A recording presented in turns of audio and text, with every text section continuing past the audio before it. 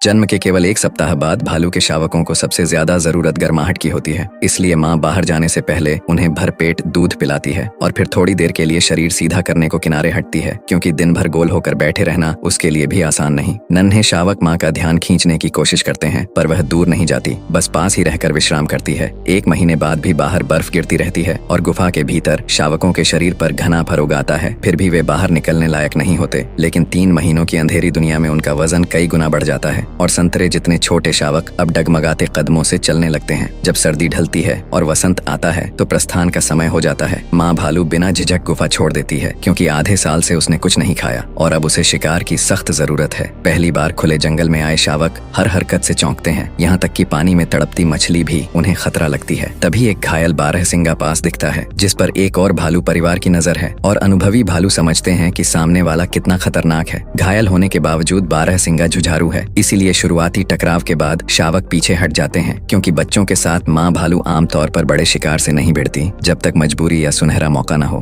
आखिरकार मुकाबला बदलता है और माँ भालू सामने से भिड़ने के बजाय मौके का फायदा उठाकर उसके कमजोर हिस्से को जकड़ लेती है। बारहसिंगा धराशायी हो जाता है और प्रकृति के इस कठोर चक्र में एक का अंत दूसरे के जीवन की उम्मीद बन जाता है।